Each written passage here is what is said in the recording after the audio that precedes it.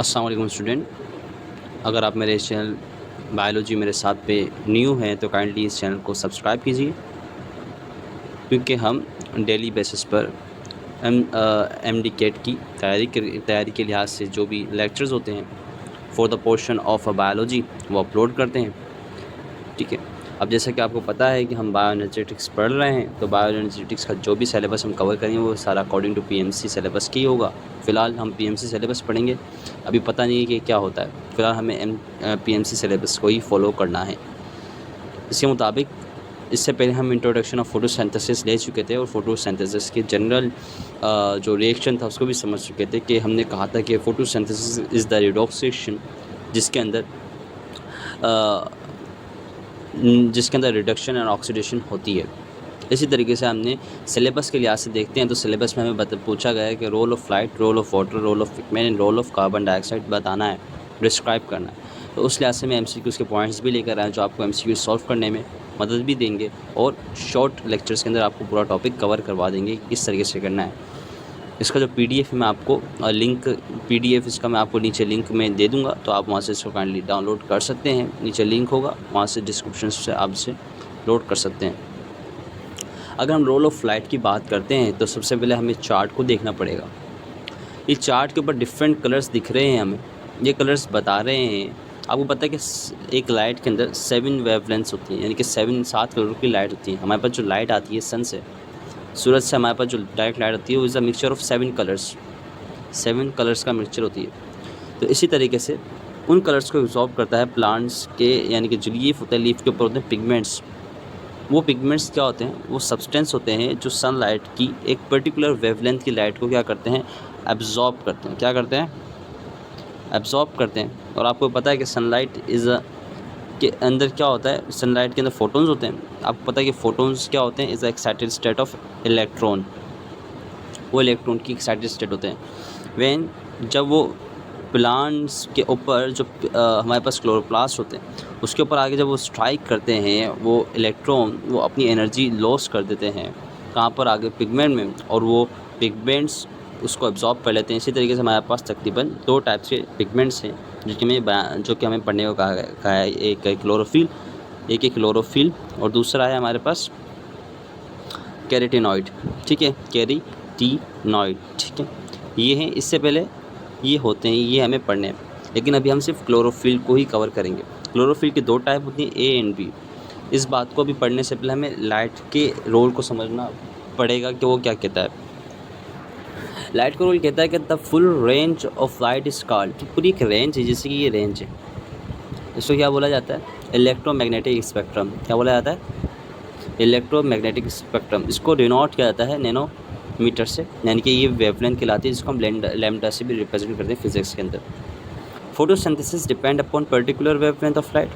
ठीक है, each wavelength is on effectiveness. जैसे कि इधर बता रहे हैं कि जो ब्लू वेवलेंथ की लाइट है वो होती है 450 से लेके 450 पे इसकी जो वेवलेंथ होती है मैक्सिमम होती है। इस वेवलेंथ के ऊपर जो फोटोसिंथेसिस का जो प्रोसेस है बहुत स्पीड से होता है। ये ग्राफ बता रहा है आपको कि जब ये वेवलेंथ, ब्लू लाइट की जो वेवलेंथ होती है वो 450 नैनोमीटर होती है। इस वेवलेंथ के ऊपर जो आपको दिख रही है क्या एक्टिविटी, यानी कि एबिलिटी टू वर्क किसकी? पिगमेंट की, वो ज़्यादा होती है। इसी तरीके से एक पर्टिकुलर बहुत सारे क्लोरोफिल होते हैं। क्लोरोफिल ए होता है, क्लोरोफिल बी होता है, क्लोरोफिल सी होता है, क्लोरोफिल डी होता है, क्लोरोफिल ई होता है। ये सारे जितने भी क्लोरोफिल हैं डिफरेंट वेवलेंथ के ऊपर सारी लाइट को एब्जॉर्ब करते हैं, यानी कि जितनी भी कलर्स आती हैं उन सब जो प्लांट के ऊपर सनलाइट स्ट्राइक करेगी वो प्लांट उसको कोशिश करेगी कि सारी सनलाइट को यूज़ करे, जितने उसके पास क्लोरोप्लास्ट उसे क्लोरोफिल यानी पिगमेंट्स से यूज़ कर सकते हैं। मतलब photosynthesis depends upon particular wavelength of light. ठीक है, जो फोटोसिंथेसिस डिपेंड करती है पर्टिकुलर वेवलेंथ ऑफ लाइट के ऊपर करती है, मैंने बता दिया। बोला कि each wavelength it's on effectiveness, यानी कि हर एक वेवलेंथ की एक अलग ही तरीके की इफेक्टिवनेस होंगी या असरात होंगे पिगमेंट के ऊपर। बोला कि एक्शन स्पेक्ट्रम इंडिकेट दैट, यानी कि एक्शन स्पेक्ट्रम क्या, यानी कि जो ऐसा स्पेक्ट्रम, यानी कि ऐसी लाइट स्पेक्ट्रम बताती है हमें लाइट जो कि इंडिकेट करे जैसे कि मैक्सिमम एक्टिविटी। जैसे कि ब्लू लाइट जो होती है उसकी वेवलेंथ होती है 430 नैनोमीटर एंड जो रेड लाइट होती है उसकी वेवलेंथ होती है 670 nanometer. This is the MCQs point are the most effective for the photosynthesis. ये दोनों जो भी लाइट हैं ये बहुत क्या होती है? इफेक्टिव होती हैं for the process of photosynthesis. ये हमने रोल ऑफ लाइट को समझा। इसी तरीके से क्लोरोफिल का भी रोल होता है। Chlorophyll is the necessary. Chlorophyll की अगर हम टाइप्स की बात करते हैं तो हमारे पास क्लोरोफिल दो तरीके के होते हैं, एक होता है क्लोरोफिल ए और एक होता है क्लोरोफिल बी। क्लोरोफिल ए जो होता है वो नेसेसरी पिगमेंट होता है और क्लोरोफिल बी जो होता है वो एक्सेसरी पिगमेंट होता है, जो हेल्प क्या करता है, क्लोरोफिल ए के साथ काम करता है। जो बाकी वेवलेंथ की जो लाइट होती है जो ये क्लोरोफिल ए एब्जॉर्ब नहीं कर पाता, उन बाकी को कौन एब्जॉर्ब करता है, बी एब्जॉर्ब करता है।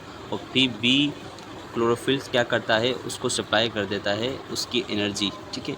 यानी कि ये इसका एक एक्सेसरी पिगमेंट है, हम कह सकते हैं इसे। इस तरीके से मॉलिक्यूल्स होते हैं। अगर हम क्लोरोफिल के मॉलिक्यूल की बात करते हैं तो इधर हमने इम्प्लिकल फार्मूला ऑफ क्लोरोफिल लिखा है और इम्प्लिकल फार्मूला ऑफ क्लोरोफिल बी लिखा है। ये ए का और ये बी का, आपने इसमें फ़र्क चेक कर लेना है। इधर ये आप फ़र्क इसका चेक कर लें, इधर से हाइड्रोजन का चेक कर लें और इधर ऑक्सीजन का चेक कर लें, उसमें ऑक्सीजन का चेक कर लें, तो आपको एक मेजर फ़र्क पता चल जाएगा। ये एमसीक्यू के लिहाज से बहुत इंपॉर्टेंट है। इसी तरीके से मॉलिक्यूल कंसिस्ट हेड, जो क्लोरोफिल के मॉलिक्यूल होते हैं उसके पास हेड होता है और टेल होती है। जो हेड होता है वो पोरफायरिन रिंग से बना हुआ होता है। इसके सेंटर में हमारे पास क्या होती है, मैग्नीशियम होता है।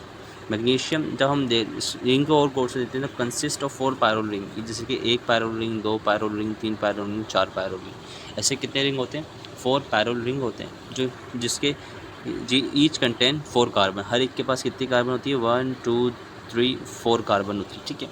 4 कार्बन होती है हर एक के पास। तो ये आप थोड़ा स्ट्रक्चर को देख लें कि ये हेड है, ये हेड जो कि पोरफायरिन रिंग से बना हुआ होता है। इसके पास 4 पायरोल रिंग होते हैं, और एक पायरोल रिंग के अंदर 4 कार्बन होते हैं। This is the MCQs point. ये सारा एमसीक्यूज में आपके पास आ सकता है, ठीक है। जो टेल होती है वो हमारे पास क्या होती है, अगर हम देखते हैं कि क्लोरोफिल और क्लोरोफिल बी को डिफरेंशिएट किया जाता है, कैसे किया जाता है, तो अगर हम उसके हेड रीजन की तरफ फोकस करते हैं, अगर हेड की तरफ मिथाइल लगा हुआ होगा तो उधर उसको हम बोलेंगे क्लोरोफिल ए। अगर मिथाइल की जगह हमारे पास उधर अल्डिहाइड ग्रुप लगा हुआ होगा तो उसको हम क्या बोलेंगे, क्लोरोफिल बी, ठीक है। दिस इज़ द सिंपल सी बात है। अब बोला कि head always absorb light, this is the MCQs point, ठीक है। Head always required absorb light, ये हमने क्लोरोफिल ए और बी को समझा, जो मेन बात थी। अब हम इधर समझेंगे रोल ऑफ वाटर क्या आता है। रोल ऑफ वाटर में हम बात करते हैं तो फोटोसिंथेसिस के अंदर basically photosynthesis is the redox process, ठीक है, in which water molecule broken down into hydrogen and oxygen. And जो हाइड्रोजन होती है उसमें से हमें इलेक्ट्रॉन्स भी मिलते हैं, और जो ये इलेक्ट्रॉन होते हैं फिर किस में शामिल हो जाते हैं, हमारे पास इलेक्ट्रॉन ट्रांसपोर्ट चेन में, जिसको हम ईटीपी बोलते हैं, ठीक है। इलेक्ट्रॉन ट्रांसपोर्ट चेन में जब ये शामिल होते हैं तो ये फिर हमें क्या बना के देते हैं, एटीपी बना कर देते हैं। ये बात आपने याद रखनी कि जो इलेक्ट्रॉन हमें वाटर मॉलिक्यूल से मिलते हैं वो काम किस में आते हैं, इलेक्ट्रॉन ट्रांसपोर्ट चेन के अंदर हमें क्या बना के देते हैं, एटीपी बना के देते हैं। और जो वाटर में से जो ऑक्सीजन निकलती है by the process of oxidation, की removal of oxygen is called reduction, तो उसमें जो ऑक्सीजन होती है वो कहाँ चले जाती है, हमारे पास एटमॉस्फेयर में निकाल दी जाती है, ठीक है। अब ये जो पूरा एक हाइपोथेसिस था, ये पूरा हाइपोथेसिस हमें किसने दिया था, ये जो पूरा मैकेनिज्म बता रहा है ये मैंने इधर आपको बता दिया पहले। ये हमें दिया था एक साइंटिस्ट थे जिनका नाम था वॉन लीन इन 1913। इसको हम इस पूरे हाइपोथेसिस को हम नील हाइपोथेसिस भी कहते हैं। इसी तरीके से अगर हम role of carbon in photosynthesis में बात करते हैं तो कार्बन डाइऑक्साइड एक सोर्स ऑफ ग्लूकोज, यानी कि आपको पता है कि हमें ग्लूकोज दी जाती है, जिसके अंदर as a result of photosynthesis हमें कौन सा मॉलिक्यूल मिलता है, ग्लूकोज का मॉलिक्यूल मिलता है। ग्लूकोज के अंदर कार्बन 5 होती है, तो जो कार्बन आती है वो हमारे पास ग्लूकोज कार्बन डाइऑक्साइड के सोर्स से आती है। Carbon dioxide is utilise in dark and light reaction. जो कार्बन डाइऑक्साइड होती है वो डार्क यानी कि in the presence of light और in the absence of light के अंदर कार्बन डाइऑक्साइड इन्वायरमेंट से ली जाती है। इन्वायरमेंट के अंदर टोटल 0.04% कार्बन डाइऑक्साइड होती है, जो कि प्लांट लेते हैं for the performing of photosynthesis. अगर स्टूडेंट आपको ये मेरा पूरा लेक्चर, द शॉर्ट लेक्चर समझ में आया तो काइंडली मेरे इस यूट्यूब चैनल को फॉलो भी कीजिए, मेरे चैनल को सब्सक्राइब कीजिए। मैं आपके लिए इसी तरीके से डेली लेक्चर लेकर आता रहूँगा। मिलते हैं अगले लेक्चर के अंदर। अल्लाह हाफिज़।